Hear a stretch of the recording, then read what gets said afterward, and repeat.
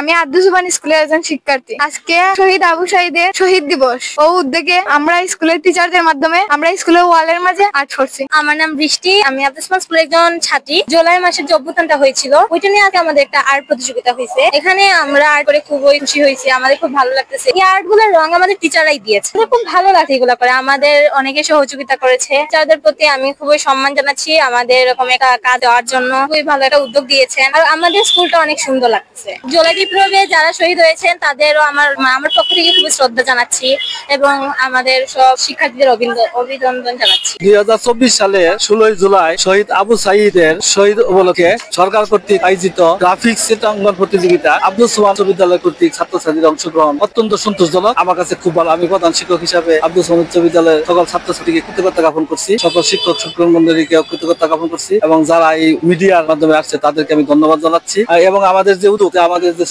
এগুলা সবার কাছে, আপনাদের সকলের কাছে মনে হয় ভালো লাগবে এবং ফলপ্রসূ হয়েছে বলে আমি আশা করছি। আজকে জুলাই শহীদ দিবস উপলক্ষে শোক দিবস পালনে আজকে আব্দুল সুবহান উচ্চ বিদ্যালয় কর্তৃক আয়োজিত আজকে শিক্ষার্থীবৃন্দ স্বল্প সময়ের নোটিশে তারা আজকে যে প্রদর্শন দেখিয়েছে, এই জন্য আমি শিক্ষার্থীদের কৃতজ্ঞতা এবং ধন্যবাদ জানাচ্ছি। তারা অত্যন্ত সুন্দরভাবে সুনিপুণ ভাবে তারা কাজটি করেছে। প্রফেশনালি তারা যদিও কোনো আর্টিস্ট নাই, তারপরও তাদের যে কারুকাজ আমাদেরকে দেখিয়েছে, যেন আমরা সন্তুষ্ট।